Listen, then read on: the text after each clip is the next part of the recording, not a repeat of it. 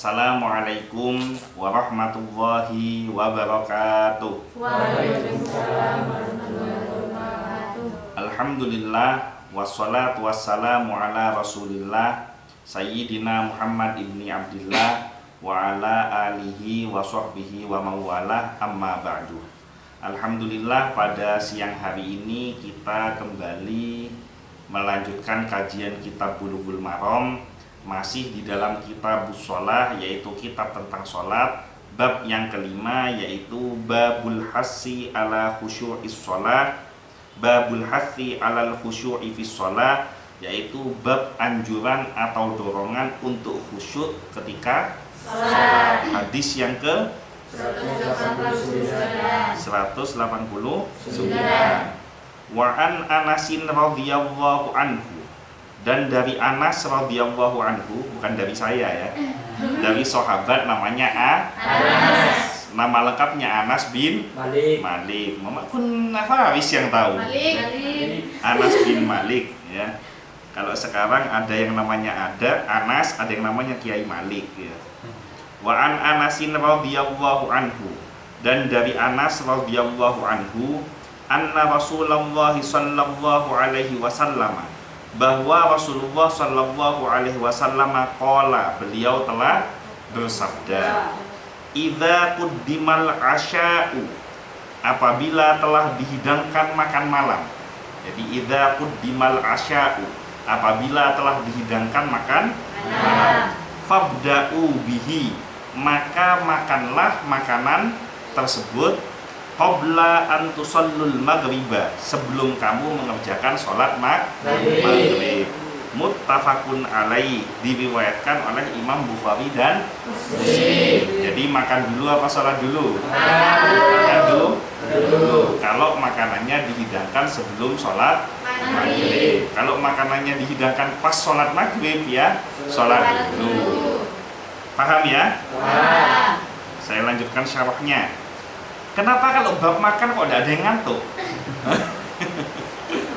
Pertama, al-asya, ada yang tahu artinya al-asya? Tadi kan idza quddimal asya'u. Al-asya apa artinya? Asya'u artinya apa? Hidangan pada waktu malam hari itu namanya al-asya, makanan yang dimakan pada waktu malam hari. Kalau makanan yang dimakan pada waktu siang hari namanya al-ghoda'an. Al-ghoda'u. Al-ghoda'u, makanan yang dimakan pada waktu siang hari. Jadi walaupun jenis makanannya sama, tapi waktu makannya beda, namanya beda. Kalau dalam bahasa Arab, hari ini menu kamu nasi, telur, dan terong, betul ya? Nasi, telur, terong. Nah, tadi makan itu namanya al-ghoda. Ya kan, nasi, telur, terong. Nanti habis maghrib atau habis isya kamu makan lagi, walaupun sama pakun nasi, telur, terong, namanya sudah ganti jadi al-asya'u. Al-asya'u. Kosakata bahasa Arabnya semakin bertambah. Minimal keluar dari sini nanti jadi istrinya orang Arab kan tidak kaget. Sudah al-asya'u dan al-ghoda'u. Untuk yang belum nikah, kalau khas kan sudah dong-kadung kan? Kalau Desi bisa diulang kembali kan masih. Al-asya adalah makanan yang disantap pada petang hari. Penduduk Madinah biasa menyantap asya sebelum maghrib. Jadi orang Madinah itu biasa makan sebelum maghrib, makan malamnya sebelum masuk waktu maghrib. Dan menurut ilmu kesehatan ternyata itu yang betul, ya kan? Jadi makan makanan berat itu yang betul sebelum maghrib.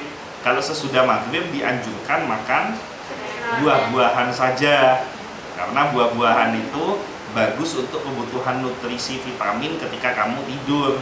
Tapi faktanya kita berbeda. Pada malam hari kita makan yang berat-berat, ya kan, beton, besi, semen, kan berat ya.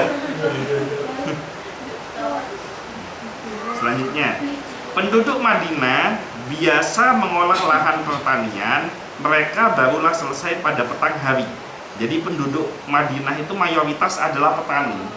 Jadi mereka tuh biasa mengurus sawah ladangnya dari pagi sampai sore. Sampai sore. Petang hari itu kan masih sore. Ya.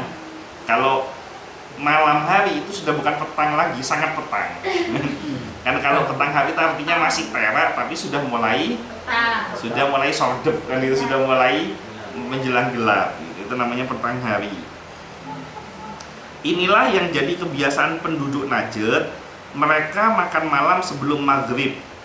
Adapun sarapan yang dilakukan sebelum zuhur yaitu al-ghada, al-ghada'u.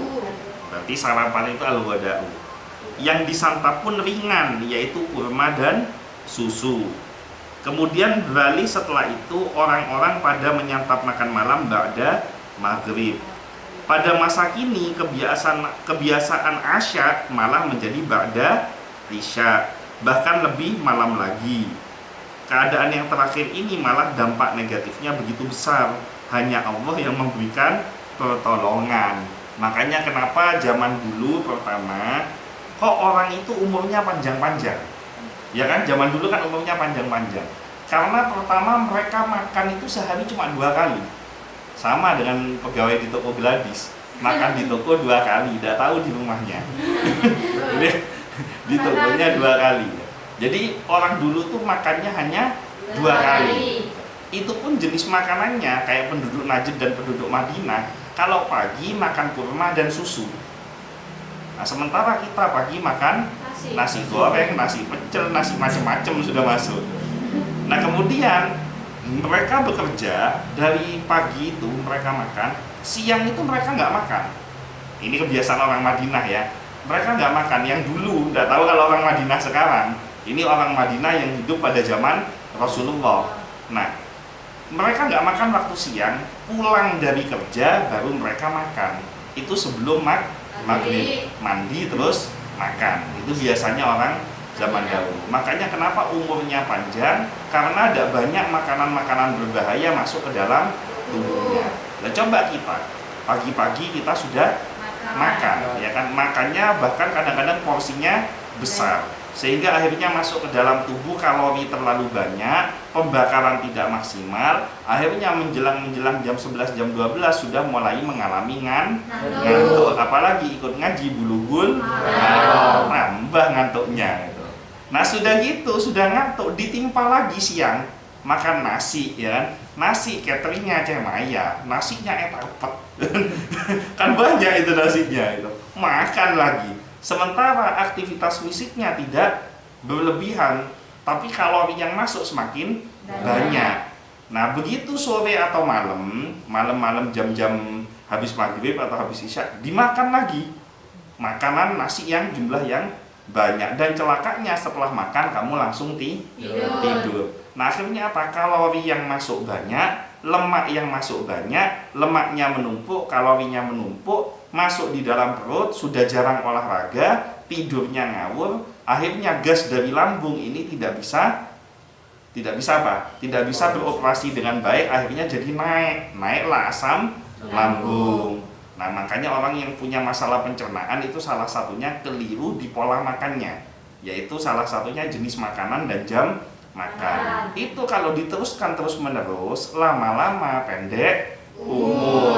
Kan banyak orang duduk-duduk tahu-tahu mati, usianya masih muda, ya kan? Ada orang pulang dari kerja padahal kelihatannya seger sehat, tahu-tahu mati. Ada orang olahraga tahu-tahu mati, kan ya toh? Ada orang ngaji tahu-tahu mati dalam usia yang relatif muda karena pola makan. Itu satu. Terus yang kedua, kenapa orang dulu itu kok lebih keramat daripada orang sekarang?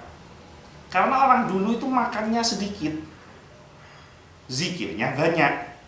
Nah, kalau sekarang kebalikannya, makannya banyak, zikirnya sedikit. Makanya pesantren zaman dulu, ini bagi yang cowok-cowok yang pernah mondok, pasti pernah mendengarkan testimoni, kesaksian para senior-seniornya yang mondok pada zaman kiai sepuh dengan kiai yang sekarang. Itu ada perbedaan yang paling mendasar apa? Santri zaman sekarang, santri cowok, lebih cepat kerja bakti membersihkan sepiteng daripada santri zaman dulu. Sepiteng itu apa? Tempat kotoran manusia. Jadi pembuangan manusia itu dari WC itu larinya ke sepiteng.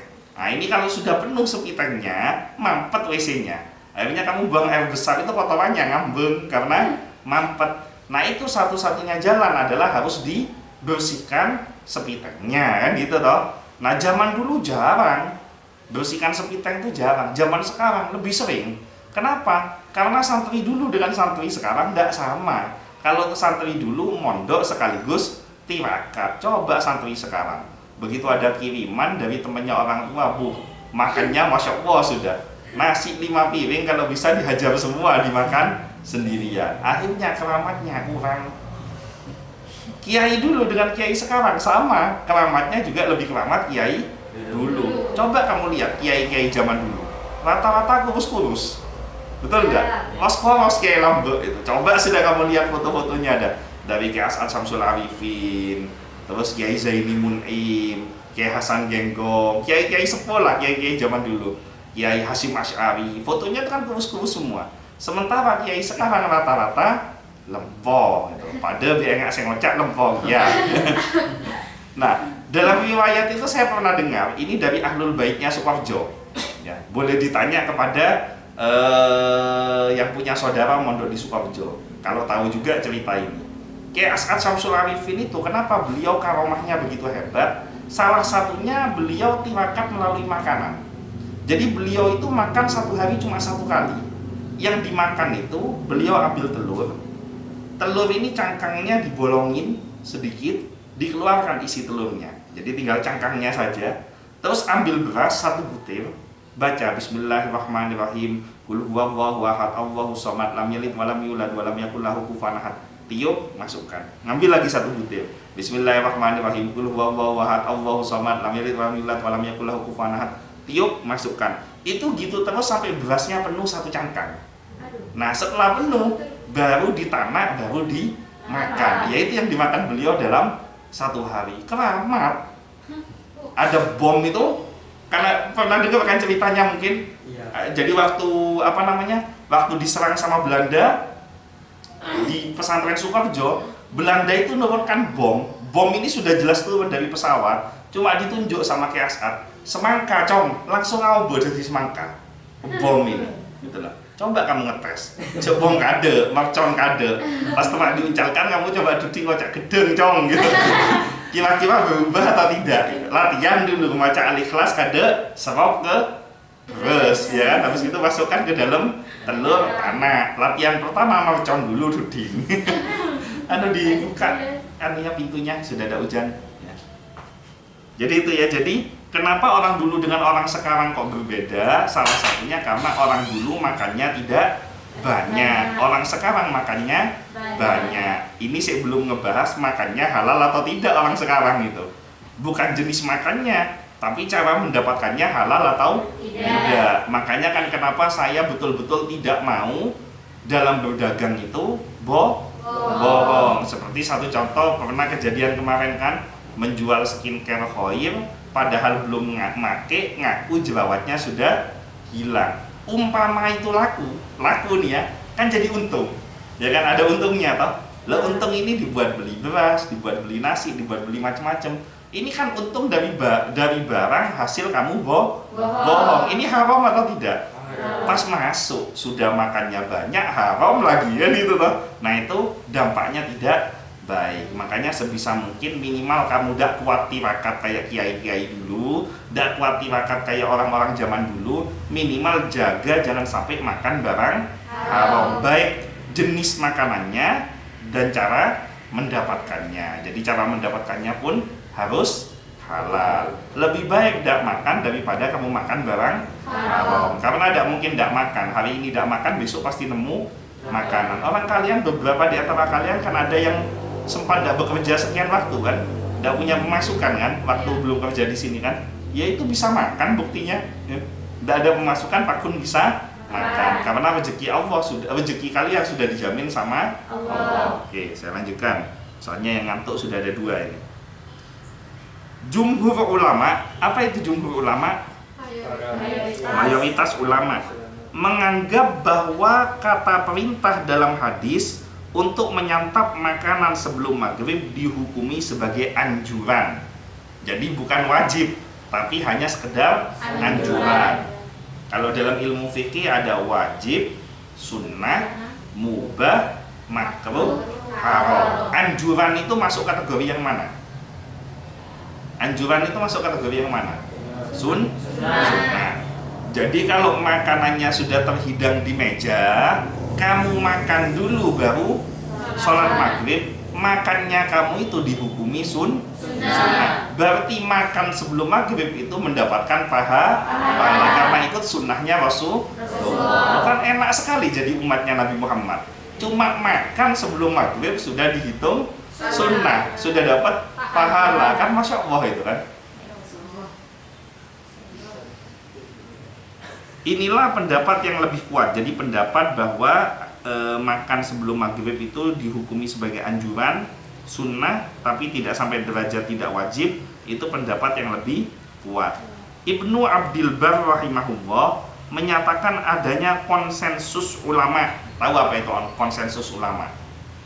Konsensus ulama itu pendapat yang dihasilkan dari hasil diskusi dan pemikiran secara beramai-ramai. Maka kalau konsensus ulama berarti yang berdiskusi dan yang saling bertukar pendapat adalah para ulama. Dalam bahasa Arab disebut ijma' ulama. Nah itu untuk menentukan sebuah hukum. Al-Quran, As-Sunnah, ijma', qiyas. Ijma' itu mikirnya bareng-bareng, diskusinya bareng-bareng. Setelah diskusi rame-rame keluar satu keputusan, maka keputusan itu disebut sebagai ijma' ulama yang bisa dijadikan sebagai dasar hukum. Di NU ada ijma' ulama, forum ijma' ulama di NU namanya Bahsul Masail. Pernah dengar? Iya. Nah, Bahsul Masail itu forum konsensus atau hasil diskusi para ulama. Di Muhammadiyah juga ada ijma' ulama namanya Majelis Tarjih. Pernah dengar? Majelis Tarjih itu artinya ijma' ulama dari kelompok para ulama Muhammadiyah. Kalau Bahsul Masail, ijma' ulama dari kelompok ulama NU. Nah, kalau mikirnya sendirian, ada ulama mikirnya sendirian, itu namanya qiyas. Mikir sendiri, keluar hukumnya, itu namanya qiyas. Nah, qiyas itu total ada 9. Ada qiyas burhani, ada qiyas aulawi, ada qiyas istiqrari dan lain sebagainya. Ada 9 jenis qiyas, dan itu kalau dijabarkan satu persatu bisa makan waktu 1 jam sendiri. Apa yang disebut burhani, apa yang disebut aulawi, apa yang disebut istiqrari. Contohnya satu aja saya kasih qiyas istiqrari. Di dalam Al-Quran diterangkan bahwa seorang wanita itu tidak boleh melakukan sholat sampai dia suci, betul ya? Iya kan? Ya kan, seorang wanita yang sedang haid tidak boleh melakukan sholat sampai dia suci. Nah, sekarang kategorinya wanita suci itu gimana? Di dalam Al-Quran maupun As-Sunnah tidak ada penjelasan secara spesifik seorang wanita itu dikatakan suci setelah haid berapa lama. Seorang wanita itu dikatakan suci setelah nifas berapa lama. Maka Imam Syafi'i rahimahullah itu ngambil kertas, ngambil pulpen, berdiri di tengah jalan. Setiap ada, mau ditutup lagi tidak apa-apa. Berdiri di tengah jalan, setiap ada wanita yang lewat, di stop ditanya. Apa pertanyaannya? Haidnya biasanya tanggal berapa? Dimulai tanggal berapa? Selesainya tanggal berapa? Haidnya dimulainya biasanya tanggal berapa? Selesainya tanggal berapa? Ini ditanya satu persatu. Setelah 100 wanita ditanya, diambil kesimpulan, ternyata rata-rata wanita itu haidnya itu teratur. Kalau mulainya awal bulan, biasanya haid di bulan berikutnya awal bulan juga. Kemudian rata-rata wanita haidnya itu antara 7 sampai 15 hari. Maka kalau lewat dari 15 hari, dia sudah tidak bisa dikatakan haid lagi, tapi dikatakan istihadhah. Nah, istihadhah di dalam hadis Nabi ada penjelasan tentang istihadhah. Tapi berapa harinya itu ijtihadnya Imam Syafi'i. Perjuangan Imam Syafi'i untuk menentukan dia istihadhah atau Tidak gitu. Kemudian wanita yang baru melahirkan ditanya lagi dengan Imam Syafi'i bahwa catatan lagi, habis melahirkan biasanya darah nifas itu keluar berapa hari? Ada yang 2 minggu, ada yang 3 minggu, paling banyak 40 hari. Maka kalau ada wanita lewat dari 40 hari masih mengeluarkan darah, maka itu bukan nifas tapi istihadhah. Maka siapapun yang istihadhah wajib untuk mandi dan dikenakan kewajiban untuk sholat. Itu namanya qiyas istiqrari berdasarkan penelitian dari seorang ulama. Nah kita ini kan darurat, tinggal mengikuti apa kata ulama, kan tidak perlu bawa pulpen sama kertas lagi nanyai. Mungkin Yaya sama Faris berdiri di depan, tiap ada orang yang datang, Bu, datang bulan tanggal berapa, selesai tanggal berapa gitu. Kamu nanti bisa dihajar sama gurunya. Saya lanjutkan. Ibnu Abdul Bar rahimahullah menyatakan adanya konsensus ulama atau ijma ulama akan sahnya sholat orang yang tetap menyempurnakan sholat tanpa meninggalkan rukun sholat dibandingkan makan. Jadi walaupun tidak makan dulu, sholatnya tetap sah. Jadi jangan sampai nanti gara-gara hadis ini yang tidak mau makan duluan dibilang sholatnya tidak sah. Ini kadang-kadang orang suka melintir-melintir isi hadis, dibolak-balik. Jadi anjuran, namanya anjuran, kalau dikerjakan bagus, kalau tidak dikerjakan tidak apa-apa. Oke, lanjut. Lafaz dalam hadis Aisyah adalah jadi ada hadis yang ada lafaz hadis dari Aisyah radhiyallahu anha, jika makan malam telah diletakkan lantas iqamah dikumandangkan maka dahulukanlah makan malam. Hidangan diletakkan, iqamah dikumandangkan, maka dahulukan makan malam. Ini hadis dari lafal Aisyah. Hadis riwayat Bukhari dan hadis riwayat Muslim. Jadi di dalam kitab Bukhari maupun kitab Muslim ini disampaikan bahwa jika makan malam telah diletakkan, lantas iqamah dikumandangkan, maka dahulukanlah makan malam. Nah, lafaz ini, lafaz hadis Aisyah ini umum. Jadi umum itu artinya lafadznya berlaku bukan hanya sholat maghrib saja. Hal ini dikuatkan pula dengan lafadz hadis la sholata bihadratit ta'am, tidak ada sholat ketika makanan telah tersajikan. Jadi ini juga menjadi dalil kalau ada pengajian di dalam masjid dimulai ba'da maghrib, kemudian waktu isya sudah selesai makanan keluar, kan ada tuh yang protes, sholat dulu kok makan dulu, ada nggak yang gitu? Ada. Ini kok meninggalkan sholat, makan dulu. Ternyata ada hadisnya. Apa hadisnya? La sholata bihadratit ta'am, tidak ada sholat ketika makanan dihidangkan. Jadi kalau ada makanan dihidangkan, makan dulu. Habis makan baru nanti sholat. Jangan habis makan pulang, habis makan tetap sholat. Jadi para ulama itu tidak keliru kalau habis maghrib tidak langsung sholat isya tapi makan duluan, karena makanannya sudah disiapkan atau dihidangkan. Hadis ini menunjukkan bahwa jika makanan telah dihidangkan ketika waktu sholat maghrib, menyantap makanan tersebut lebih didahulukan dibandingkan dengan sholat. Bagi yang sedang menyantap, hendaklah menyantapnya sampai hajatnya selesai tanpa tergesa-gesa. Jadi tidak usah cepat-cepat makan karena kepingin sholat, dinikmati aja seperti biasa. Ya jangan dilama-lamakan juga, dinikmati makan seperti biasa. Kenapa? Karena hal ini dikarenakan sholat itu membangun hubungan antara kita dengan Allah. Sholat itu kan bangun hubungan dengan Allah. Nah kalau kamu makannya tergesa-gesa karena kepingin sholat, maka sholat tidaklah sempurna sampai hati kita itu hadir dan selesai dari berbagai syawagil. Syawagil itu pikiran yang mengganggu. Makan bakso cepet-cepet ya kan, karena takut ketinggalan sholat, makanya cepet-cepet ini. Nah karena cepet-cepet akhirnya ngambil cabenya kebanyakan, pedes ya kan. Begitu waktunya kamu sholat masih serotan, bakso macam pedes, telebet kok nyambi atau telebet kok ngalak cabai. Sementara kamu sedang sholat, nah khusyuknya akan terganggu. Selesaikan dulu makan yang enak dulu, baksonya sampai habis. Begitu baksonya sudah habis, teh manisnya diminum supaya pedesnya hilang. minum air putih umur-umur, baru ambil wudhu terus sholat. Tak jamin kamu tidak kepikiran baksonya. Kalau makan cepet-cepet, umpama pentol kelopain tidak dikunyah langsung digelunok, terus langsung kamu sholat, kan mancelak. Yang kelima, mendahulukan makan dibandingkan sholat bertujuan untuk khusyuk dan menghadirkan hati di dalam sholat. Jadi makan dulu baru sholat itu tujuannya supaya sholatmu khusyuk. Jadi guyonan tadi itu betul. Sholat dulu apa makan dulu? Lebih baik ingat sholat ingat makan atau makan ingat sholat, itu guyonan betul. Karena orang kalau sholat ingat makan, maka jelas dia sudah tidak khusyuk. Tapi kalau dia makan dulu sementara pikirannya ingat sholat, ketika dia sholat dia benar-benar terfokus pada sholatnya. Oke.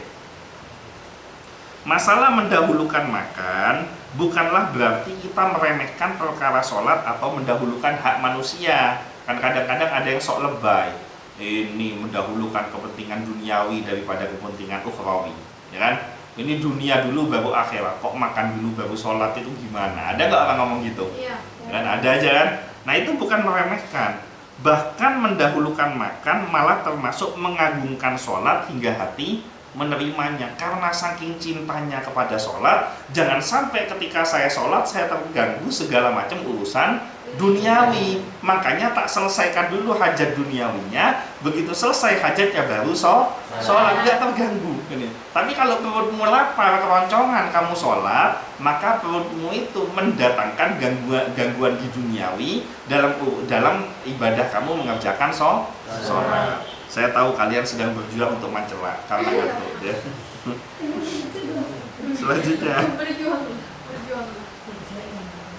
Selanjutnya ya. Hadis ini secara eksplisit, apa itu eksplisit? Eksplisit, apa itu eksplisit? Ada eksplisit, ada implisit. Eksplisit, implisit. Contohnya, saya lagi marah sama Has, contohnya. Kalau saya marah-marah, ada ucapan yang saya ucapkan dengan ucapan yang keras, kemudian wajah yang menunjukkan amarah, kemudian ada gerakan-gerakan badan, gestur badan yang menunjukkan amarah, itu namanya marah saya eksplisit.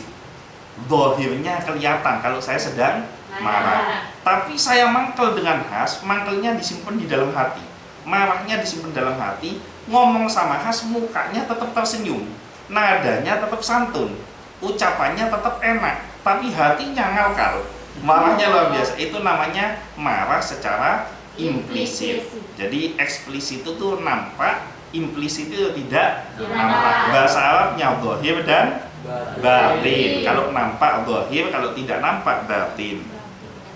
Tak ajarin lebih modern dikit kamu, atau eksplisit implisit ya. Hadis ini secara eksplisit, secara zahir menunjukkan bahwa mendahulukan makan di sini tidak dikaitkan apakah butuh makan atau tidak. Benar nggak? Hadis ini tidak menerangkan kamu lapar atau tidak loh.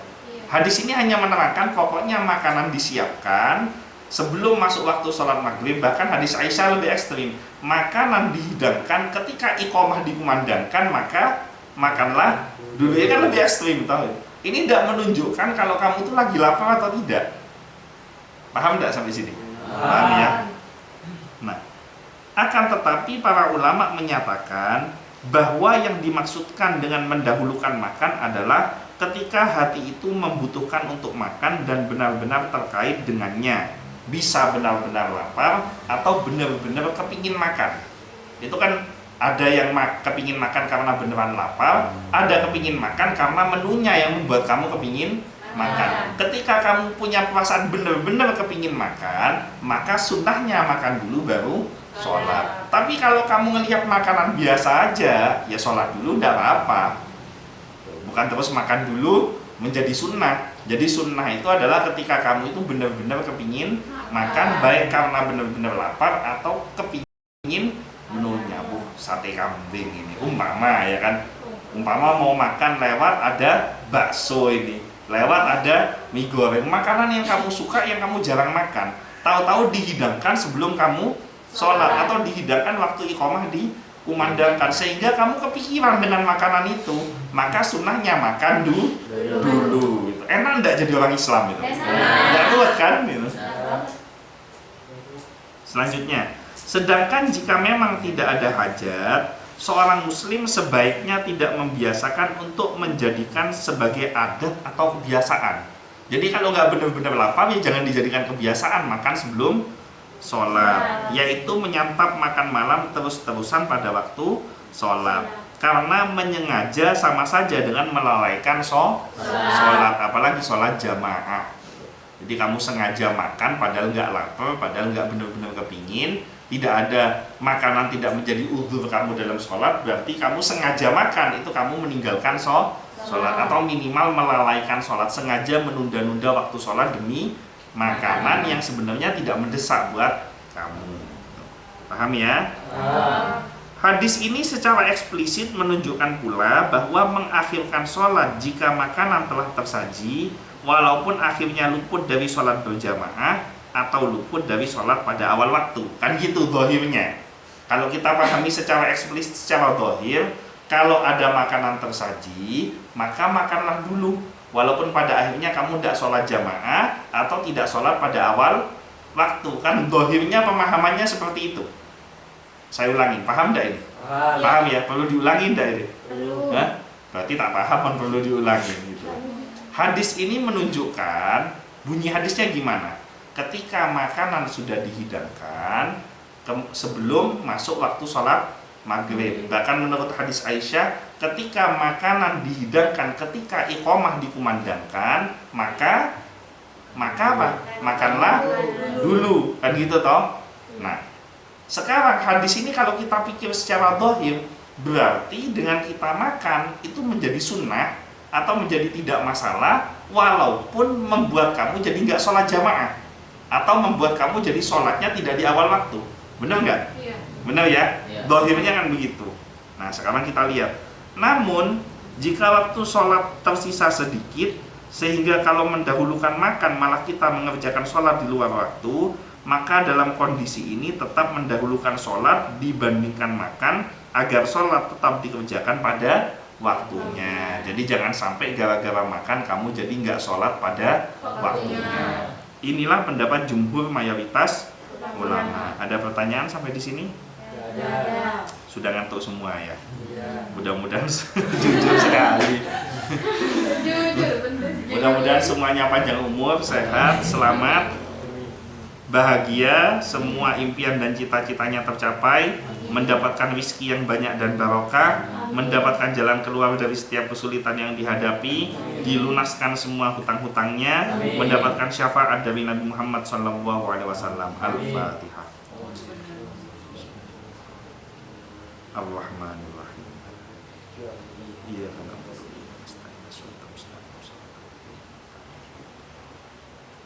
Mungkin itu saja yang bisa saya sampaikan, kurang lebihnya mohon maaf. Wallahul muwaffiq ila aqwamit thoriq, wabillahi taufiq wal hidayah. Wassalamualaikum warahmatullahi wabarakatuh.